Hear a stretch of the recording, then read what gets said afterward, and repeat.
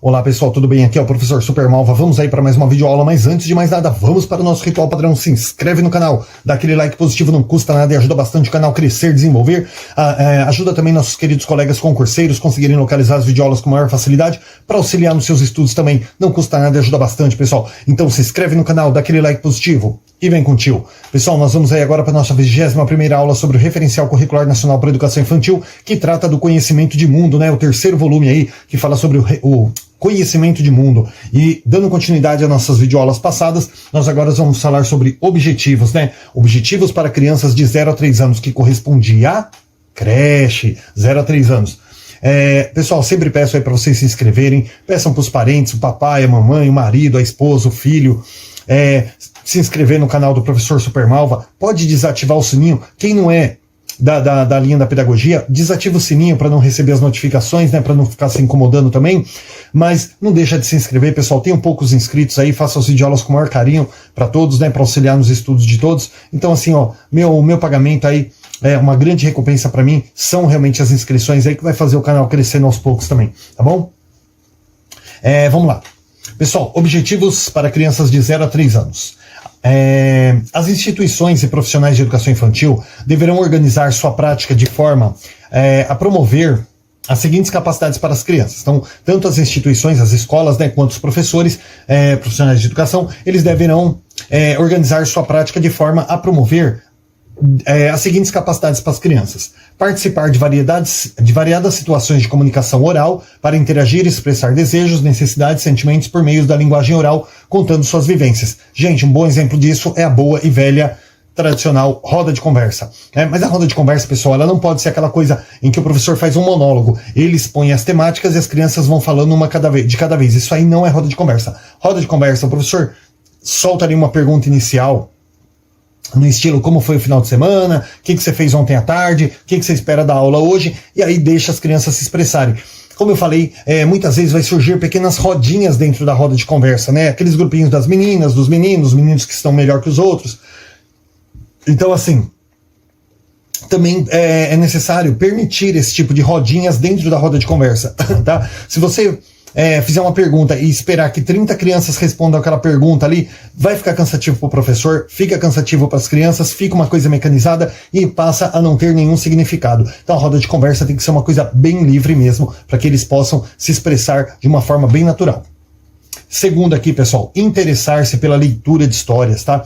Então as crianças, elas precisam ter a capacidade de se interessar por leitura de histórias. Tem que ter uma biblioteca na sala, normalmente aquela biblioteca móvel que vai na parede assim, você coloca lá os livrinhos, e a criança, à medida que ela vai terminando as atividades, ela pode ir lá, pegar um livro, folhear, né? Ela vai ler as figuras, com o tempo ela vai se apropriando das palavras, vai lendo as palavras também. Então ela tem que ter esse gosto, pegar esse gosto, esse desejo pela leitura, tá? Então é de extrema importância aí que nós desenvolvamos, promovamos nas crianças essa capacidade de interesse pela leitura. E terceiro aqui, familiarizar-se aos poucos com a escrita, por meio da participação em situações nas quais ela se faz necessária e do contato cotidiano com livros, revistas, histórias em quadrinhos. Normalmente você vai dar uma atividade ali, a criança um pouco maior, né? No caso aqui, a criança da creche,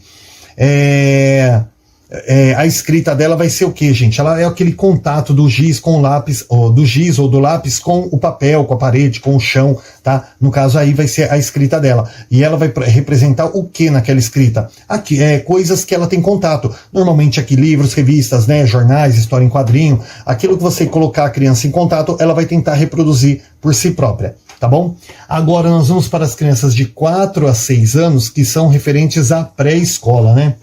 Para essa fase, todos os objetivos estabelecidos na faixa etária de 0 a 3 anos, eles deverão ser aprofundados e ampliados, promovendo-se ainda as seguintes capacidades. Ou seja, você vai trabalhar tudo que você trabalhou de 0 a 3 anos, aprofundando eles. E também promover as seguintes capacidades: ampliar gradativamente as suas possibilidades de comunicação e expressão, interessando-se por conhecer vários gêneros orais e escritos, participando de diversas situações de intercâmbio social, nas quais possa contar suas vivências, ouvir história de outras pessoas, elaborar e responder perguntas. Gente, como que a criança vai ampliar gradativamente a sua capacidade de comunicação e expressão? Através das rodas de conversa, através do contato com as crianças durante as atividades, na sala, no pátio, no refeitório, no parque, dele. Então é necessário que a escola, o professor promova diversas situações que a criança possa ter esse contato aí com a socialização. Assim ela vai realmente se comunicar bastante com as crianças, com outras pessoas ali. Dessa forma, ela vai ampliando gradativamente a sua comunicação oral, a sua comunicação e expressão, tá? No caso, a comunicação oral e também escrita. Segundo aqui, ó, também, né, a capacidade aí as crianças têm que atingir, as crianças de 4 a 6 anos têm que atingir quais outras capacidades? Familiarizar-se com a escrita por meio de manuseios de livros, revistas, outros portadores de texto, e da vivência também de diversas situações nas quais seu uso faça necessário, ou seja, um conto de histórias, né, um cantar de música, às vezes assistir um vídeo com musiquinha que tem a letra embaixo, por exemplo, Xuxa para baixinhos, né, que tem esse tipo de trabalho, é muito bacana também, muito importante. Então a criança precisa se familiarizar com a escrita, né, através de livros, revistas, tudo que é tipo de coisas aí que contenham coisas escritas que possam fazer com que a criança faça essa identificação. Outra coisa aqui, ó, escutar textos lidos, né, apreciando a leitura feita pelo professor. Então, né, olha, uma coisa que eu gosto bastante é de ouvir audiobook, né, às vezes, principalmente quando eu tô com sono, assim, eu ponho e parece que tem alguém contando uma historinha pra mim. Uma criancinha de 43 anos já. Mas eu gosto bastante. Então, assim, a criança também, ela precisa ter essa apreciação do texto lido, né? Ou seja, o professor contando a história, bem naquele estilo Sherazade mesmo, sabe? Aquela coisa bem, assim, abrangente que a criança se interesse. É muito importante também. Pegar aqui o meu travesseiro, né, pessoal? Porque as costinhas já não são mais as mesmas. Eu fico pendurado aqui, não aguento. Mais um aqui, pessoal. Interessar-se por escrever palavras e textos ainda que não de forma convencional. Ou seja, mesmo que a criança ainda não se aproprie da leitura, da escrita propriamente dita, né, ela precisa criar esse interesse, né, por escrever palavras, escrever textos aí, ainda que ela não tenha o domínio. Mas assim, ela vai tentando e, né, aos poucos vai conseguindo, inverte uma letra, coloca a letra para trás, ou troca um P pelo Q, mas aos poucos ela vai corrigindo isso também, tá? Vai ampliando o seu conhecimento. Reconhecer seu nome escrito, sabendo identificá-lo nas diversas situações do cotidiano, é muito legal também. Você procurar trabalhar o nome da criança com letra bastão, sempre colocar na mesinha dela, de modo que ela vá se identificando. Então, quando ela, por exemplo, precisar ir num período mais para frente, identificar o estojinho dela, ela não vai identificar pela cor, pelo modelo, mas pelo nome dela que está escrito ali. E por último aqui, né, escolher livros para ler e apreciar. Então a criança também precisa desenvolver essa capacidade, né, de escolher livros, né, para ler. Olha, eu gostei mais desse, eu quero ler. E ainda que ela ainda não saiba ler propriamente dito, mas ela sabe ler as imagens e fazer associação com as frases que está embaixo, tá? Mediante aí a repetição da atividade, a repetição constante da atividade. Agora a gente falou sobre objetivos, agora a gente vai falar sobre conteúdos, tá? O domínio da linguagem, ele surge do seu uso em múltiplas circunstâncias, nas quais as crianças podem perceber a função social que ela exerce e assim desenvolver diferentes capacidades, tá? Então, o domínio da linguagem, pessoal, ele vai acontecendo aí através de múltiplas circunstâncias, né? Dentre elas aí quando a criança começa a perceber a função social que existe na linguagem, né? E assim desenvolver diferentes aí capacidades de linguagens também. Por muito tempo prevaleceu nos meios educacionais a ideia de que o professor teria de planejar diariamente novas atividades, não sendo necessário estabelecer uma relação e continuidade entre elas. Gente, isso aí é uma coisa bem estilo Caminho Suave, né? Uma cartilha horrível aí que a gente tinha contato quando era criança. E por muito tempo permeou esse tipo de coisa, né? Aí, no entanto, deixa eu só completar a leitura aqui para eu poder explicar. No entanto, a aprendizagem pressupõe uma combinação entre atividades inéditas e outras que se repetem, né? Dessa forma, a organização dos conteúdos da linguagem oral e escrita deve se subordinar a critérios que possibilitem ao mesmo tempo a continuidade em relação às propostas didáticas e ao trabalho desenvolvido nas diferentes faixas etárias e a diversidade de situações didáticas em um nível crescente de desafios. Então, assim, gente, a aprendizagem, gente, ela necessita tanto de atividades novas como de atividades recorrentes ali, tá? Que também tenham uma ligação uma com a outra, ou seja, como se fossem as nossas aulas aqui, né? Que uma seja continuidade da outra, para que a criança realmente ela veja um significado ali, não atividades isoladas uma da outra. Dessa forma, né, a organização, já li isso aqui, de linguagem oral e escrita, ele tem que se subordinar a critérios que possibilitem continuidade em relação às propostas e a diversidade de situações didáticas. Então, vai se subordinar tanto à continuidade das atividades propostas quanto à diversidade de situações didáticas. Ou seja, assim, você planejou uma aula para um determinado dia, chegou ali, aconteceu alguma coisa nova, veio uma pessoa apresentar uma peça na escola, aí você tem que cortar, né? Aí naquele dia as suas atividades vão gerar em torno daquele evento que aconteceu na escola, né? Então, que aí entra também a questão do planejamento flexível, né? Que permite que você altere aí o seu planejamento de acordo com as necessidades também que vão surgir, nas situações que vão surgindo na escola. A oralidade, a leitura e a escrita, elas devem ser trabalhadas de forma integrada e complementar, potencializando-se os diferentes aspectos que cada uma dessas linguagens solicita das crianças. Então, assim, tanto a oralidade quanto a leitura e a escrita, elas têm que ser trabalhadas de forma junta, nunca de forma separada, tá? E complementar, ou seja, uma completando o que falta na outra, né? Potencializando aí diferentes aspectos de cada uma dessas linguagens. Nesse documento, os conteúdos são apresentados em um único bloco para crianças de 0 a 3 anos, considerando-se a especificidade da faixa etária. Para crianças de 4 a 6 anos, os conteúdos são apresentados em 3 blocos: falar, escutar, práticas de leitura e práticas de escrita. Então, assim, aqui está falando, quando a gente falar de crianças de 0 a 3 anos, que são as crianças da creche, a gente vai trabalhar tudo em um único bloco, tá? Por causa da faixa etária, a limitação da faixa etária deles. Já as crianças de 4 a 6 anos, né, que são referentes à pré-escola, vai ser os conteúdos, eles vão ser apresentados em 3 blocos, tá? Que é falar e escutar, prática de leitura e prática de escrita, beleza? Então a gente vai falar agora aqui das crianças de 0 a 3 anos, para depois a gente partir para os outros blocos lá de 4 a 6 anos. Crianças de 0 a 3 anos. Uso da linguagem oral para conversar, comunicar, relatar suas vivências, expressar desejos, nas diversas situações de interação presentes do cotidiano. Então, o uso da linguagem oral através de balbúcios, de choro, de grito, de berro, né? E mais para frente ali eles começam a soletrar algumas palavras também. Participação em situações de leitura de diferentes gêneros, feitas pelos adultos, como contos, poemas, parlendas, trava-línguas, aquela leitura de livro em que o professor vai lendo e virando o livro para as crianças poder apreciar também as imagens e fazer a ligação da imagem com o texto. Participação em situações cotidianas nas quais se faz necessário o uso da leitura e da escrita, né? Então, participar aí também de atividades aí que se faz uso da leitura e da escrita. E observação e manuseio de materiais impressos, como livros, revistas, história em quadrinhos, né? Livros que eu gosto de falar muito aí, quando é muito bebê, trabalhar com aquele livro A Prova d'Água, né? Aquele livro inflável, que a criança vai mudando as páginas, é um livro todo colado ali com, né, soldado, plastiquinho ali, e as páginas são todas plásticas, então permite que a criança manuseie, de repente ela morde, baba, cai na água, suja, né? São livros laváveis, né, que permitem aí que a criança possa ter esse contato com essas coisas e possa aí, evoluir à medida que ela vai tendo contato com a leitura através desses materiais. Orientações didáticas para as crianças de 0 a 3 anos. A aprendizagem da fala, ela se dá de forma privilegiada por meio das interações que a criança estabelece desde que nasce. Ou seja, gente, por que privilegiada? Porque a criança que ela não interage. Supondo que a criança não interagisse com ninguém.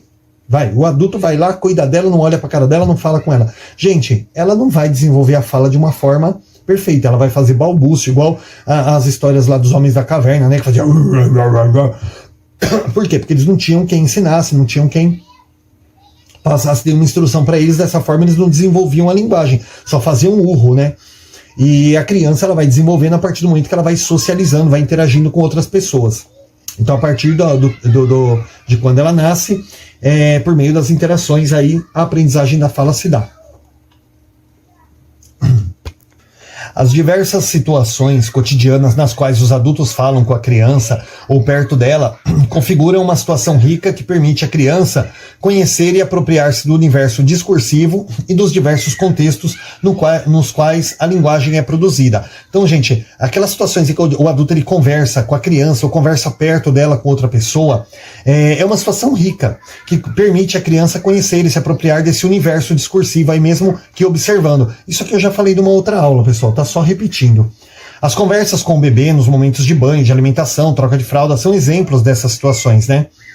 Nesses momentos, o significado que o adulto atribui ao seu esforço de comunicação fornece elementos para que ele possa, aos poucos, perceber a função comunicativa da fala e desenvolver sua capacidade de falar também, tá? Então são momentos aí importantes que o adulto atribui, né, o esforço de comunicação da criança, né, que fornece aí elementos para que essa criança possa, aos poucos, perceber a função comunicativa.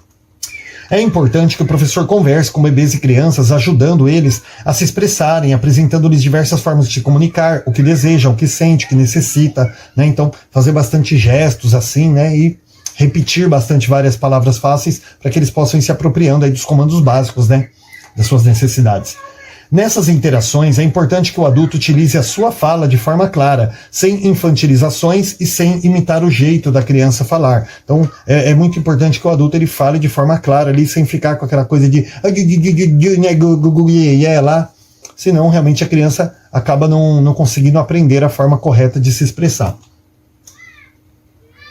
A ampliação da capacidade das crianças de utilizar a fala de forma cada vez mais competente em diferentes contextos se dá na medida em que elas vivenciam experiências diversificadas e ricas envolvendo os diversos usos possíveis da linguagem oral, tá? Então a ampliação aí das capacidades das crianças, né, de utilizar a fala de uma forma cada vez mais competente vai acontecendo à medida que elas vão vivenciando experiências diversificadas e ricas aí, né, envolvendo aí diversos usos possíveis, né? Se a criança não vive essas experiências, ela não vai conseguir ampliar sua capacidade de fala.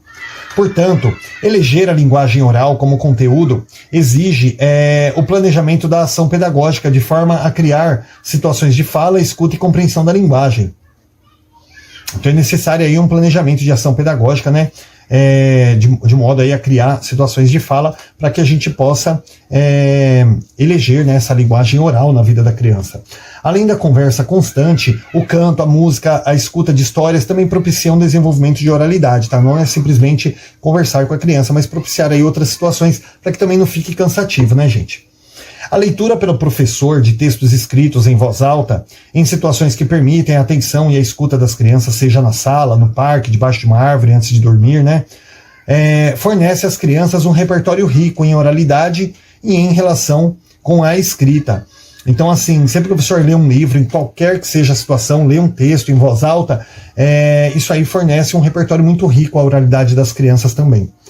O ato da leitura é um ato cultural e social. Quando o professor faz uma seleção prévia da história que irá contar para as crianças, independentemente da idade delas, dando atenção aí, no caso, para a inteligibilidade e riqueza do texto, para a nitidez, beleza, né?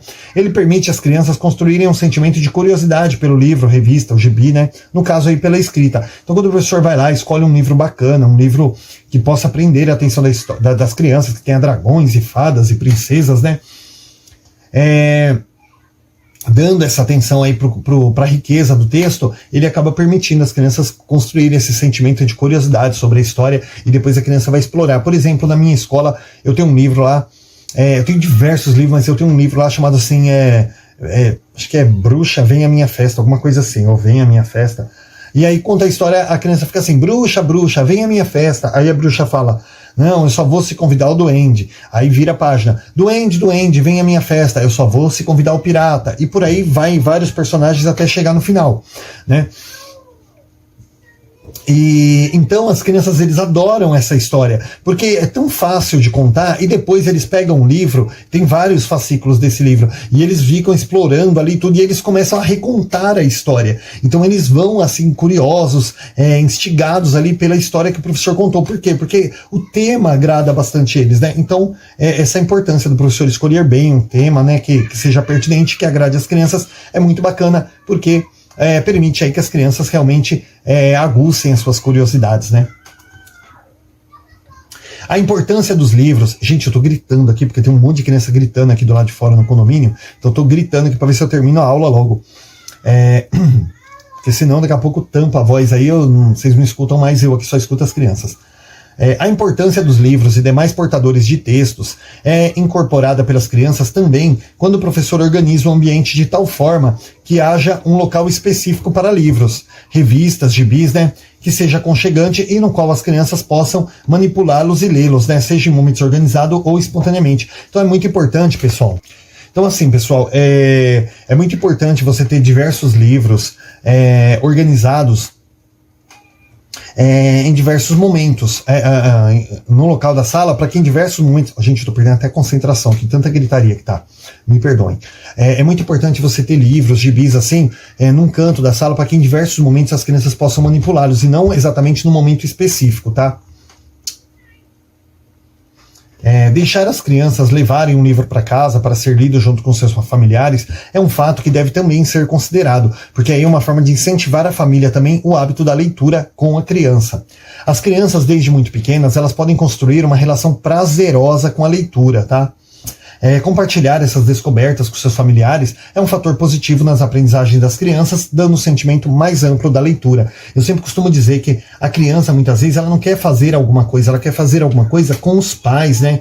Eu costumo dizer assim, o pai muitas vezes ele dá um videogame pro filho, tá? O filho ele tem aquele momento que ele quer jogar o videogame dele tranquilo, mas na maioria das vezes o filho ele quer jogar o videogame com o pai, e o pai fala, não, isso é coisa pra criança, não quero. Gente, eu comprei um tênis de rodinha, sabe aqueles skate tênis? E tem uma marca oficial e depois tem os genéricos lá também. E eu fui naquela marca oficial, entrei no site, procurei, pesquisei, consultei, liguei para eles, infernizei a vida deles. Aí, porque eu tinha visto na internet que tinha o tênis da Hillis, né, para adulto. E aí a minha filha andando de skate tênis, eu fui lá e comprei um para mim, meu. E todo mundo ficava assim, esse cara é louco, cara, ó, velho, andando de... Gente, isso não tem muito tempo, mas tem 2 anos que eu comprei. É isso mesmo, tem 2 anos aí que eu comprei o livro, o tênis, e aí, meu, ia no shopping, cara, e patinava com as crianças, meu, e todo mundo ficava assim, eu via muitos homens ali falando, né, tipo, rindo assim, né, meu, eu não tava nem aí, cara, tava na mão da minha filha e patinava mesmo, e... peguei muitos homens ali que, meu, ficava rindo. E aí teve gente que chegou pra mim e perguntou assim, mas espera aí, você não tem vergonha, cara, de ficar patinando assim e tal? Eu falei, olha... A minha filha, quando tiver 30 anos, eu quero que ela se lembre do pai dela patinando com ela, e não bebendo uma latinha de cerveja enquanto ele vê ela patinar. E a criança, gente, é muito mais significativo para ela fazer alguma coisa com o pai. Dar uma bola para um filho, ele não quer jogar bola sozinho, ele quer jogar bola com o pai, né? Dar uma boneca, uma cozinha para a filha, ela não quer brincar sozinha, ela quer brincar com a mãe. Ela quer ter aquele contato do adulto, né? Junto. E muitas vezes o pai e a mãe vai lá e dá um videogame de 5, 10 mil reais pra criança, pro adolescente, e acha que não, ó, já calei a boca dele, agora eu quero paz na minha vida. Não, gente, ele quer fazer aquilo com você. Jogar um futebol, um jogo de tiro, um jogo de corrida, sozinho ou com os amigos é muito bom, mas jogar isso com o pai, gente, é uma coisa que não tem preço na vida do jovem, tá? Então... essa questão da leitura é a mesma coisa, tá? Você trazer essa leitura para dentro de casa, fazer com que os pais leiam junto com os filhos, descubram a história, é muito importante, tá? Então, por isso que é tão importante assim você também propiciar esses momentos que a criança possa levar um livro para casa e ler com a família. E aí trazer no dia seguinte ou na sexta-feira você manda para trazer na segunda-feira. É muito importante também. Considerando-se que o contato com o maior número possível de situações comunicativas e expressivas resulta no desenvolvimento das capacidades linguísticas das crianças, uma das tarefas da educação infantil é ampliar, integrar e ser continente da fala das crianças em contextos comunicativos, para que ela se torne competente como falante. Isso significa que o professor ele deve ampliar as condições da criança de manter-se no próprio texto falado. Ou seja, né, o professor precisa garantir aí o maior tempo possível, as maiores situações possíveis, para que a criança possa interagir através da fala, tá? Através da oralidade.